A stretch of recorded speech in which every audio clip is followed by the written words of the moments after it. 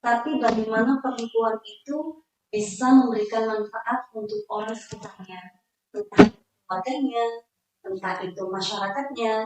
Jadi perempuan ideal itu bisa macam-macam. Rumah tangga pun bisa menjadi perempuan ideal.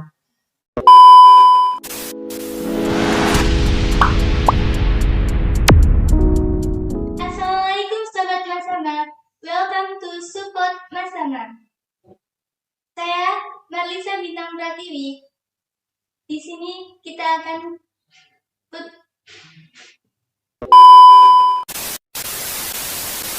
di podcast kali ini kita akan menampilkan podcast perdana bertema Kartini. Di sini kita akan menyambut Kartini dan di sini juga saya bersama Ibu Anisatul Asfia, sarjana sastra sebagai Kepala Madrasah Aliyah Salafiyah. Assalamualaikum Bu Anis. Bagaimana Bu kabarnya hari ini? Alhamdulillah baik. Aktivitasnya apa Bu? Aktivitasnya menjadi kepala madrasah. Setelah saya sekolah di S2, kemudian jadi ibu rumah tangga dan bermanfaat bagi masyarakat. Baik, kita masih berada di nuansa Hari Kartini. Kita kan tahu Ibu Kartini adalah seorang wanita pelopor pendidikan perempuan di Indonesia. Dan bagaimana tuh perempuan ideal menurut Bu Anis? Perempuan ideal. Perempuan itu adalah menurut saya.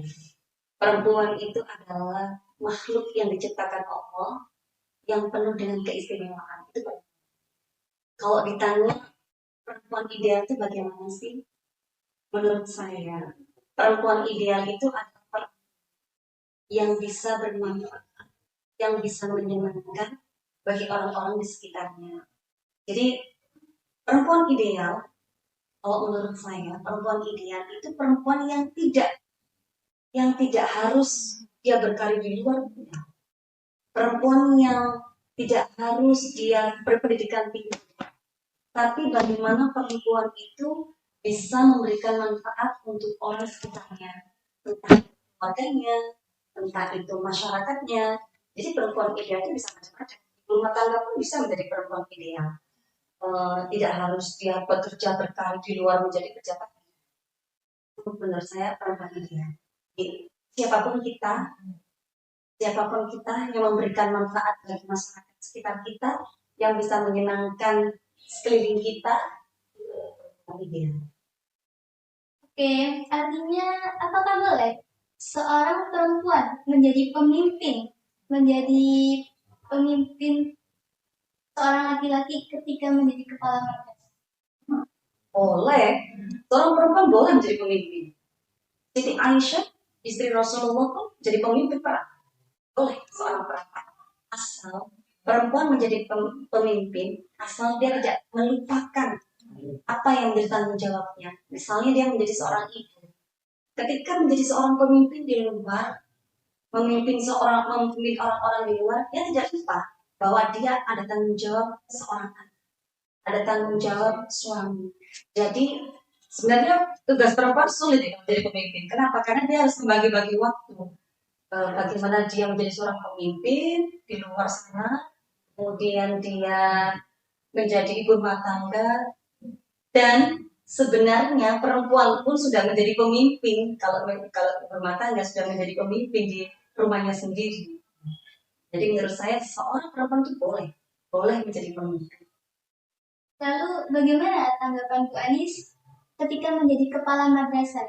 Karena biasanya kepala madrasah itu notabene laki-laki. Menjadi kepala madrasah, cerita sedikit. Kepala madrasah kalau yang mungkin MI ya, MI itu banyak sekali kepala madrasah yang perempuan itu. Tapi yang aliyah, ya itu aliyah itu jarang perempuan. Bahkan di mengambil sendiri yang perempuan itu hanya 2 kepala madrasah. Mungkin anggapannya kepala madrasah aliyah kan anaknya besar-besar. Jadi dibutuhkan orang yang super yang bisa menangani anak-anak besar, remaja-remaja yang sudah menginjak remaja. Tapi menurut saya justru pemimpin perempuan, kepala madrasah perempuan itu yang dibutuhkan. Kenapa? Karena anak-anak alia menurut saya, anak-anak alia itu membutuhkan sosok yang bisa mengerti. Jadi eh, karena alia itu masa-masa remaja, ketika kita dikeras itu semakin menjadi-jadi kalau anak alia. Tapi kalau bertemu dengan seorang perempuan, biasanya perempuan itu mengerti, mengerti. Biasanya kalau menyelesaikan masalah dari hati ke hati. Insya Allah anak-anak itu mengerti apa namanya eh, menemukan sosok ibu di kepala madrasah. Nah, ketika saya menjadi kepala madrasah ini sebenarnya nggak sengaja sebenarnya nggak sengaja ceritanya. Jadi pada waktu itu eh, madrasah alia ini mau dibangun, kami sekeluarga, karena ini yayasan keluarga, kami di seorang kiai pada waktu itu saya. Niat kami ingin memohon restu waktu itu. Ternyata kiai saya itu ngendikan begini, Sopo kepalanya. Nah pada waktu itu kami menunjuk laki-laki, sosok laki-laki yang apa jadi kepala madrasah. Ternyata kiai saya itu malah justru tidak teman, malah justru memilih saya. Saya bingung waktu itu. Saya apalah saya itu tidak bisa, saya tidak, ya jujur saya itu tidak bisa naik motor sendiri yang harus kalau kepala madrasah kan mobilitasnya harus tinggi. Nah saya nggak bisa seperti itu. Tapi guru saya, yang saya meyakinkan bahwa seorang pemimpin yang dibutuhkan bukan seperti itu, tapi tanggung jawab. Nah, disitulah akhirnya saya mantep. Ya, saya menjadi kepala madrasah, insya Allah saya akan mengayomi anak saya, menjadi anak saya. Nah, itu yang membuat saya semangat dan mau menjadi kepala madrasah di Padang. Oh, jadi pemimpin itu dilihat dari tanggung jawabnya. Iya, kalau dia tidak bisa tanggung jawab, menjadi pemimpin.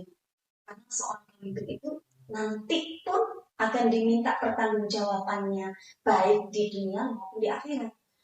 Kalau di dunia mungkin ada ya kita laporan, oh kita jadi pemimpin itu begini, sudah melaksanakan. Di akhirat pun nanti diminta pertanggungjawaban kita sebagai pemimpin. Makanya sulit jadi pemimpin itu susah. Makanya ketika ada orang apa namanya menyerahkan dirinya menjadi pemimpin, berarti dia sudah siap dengan tanggung jawab itu. Nah, pasti Sobat Masana nih kepo, siapa sih tokoh inspirasi Bu Anu selama ini? Tokoh inspirasi saya adalah beliau istri Rasulullah. Saya melihat beliau adalah perempuan yang istimewa. Karena jika tidak istimewa, dia tidak mungkin diistimewakan oleh Rasul. Khadijah adalah perempuan, beliau itu ibu rumah tangga, beliau juga wanita karir, dia berdagang, dia adalah saudagar, dengan dia tidak melupakan dia adalah seorang istri, seorang ibu. Saking istimewanya Siti Khadijah, sampai-sampai Rasulullah itu tidak pernah menduakan Siti Khadijah. Nah, itu mungkin harapan setiap perempuan yang tidak ingin diduakan seperti apa? Mereka ingin seperti Siti Khadijah yang tidak pernah diduakan. Nah, itu inspirasi saya. Selama jadi kepala madrasah, apakah pernah Bu Anis berada di titik terendah? Selama menjadi kepala madrasah. Kapan titik terendah saya ketika menjadi kepala madrasah? Ketika saya mendapatkan anak-anak atau siswa-siswi saya melanggar peraturan atau berbuat sesuatu yang di luar kendali, itu titik rendah saya.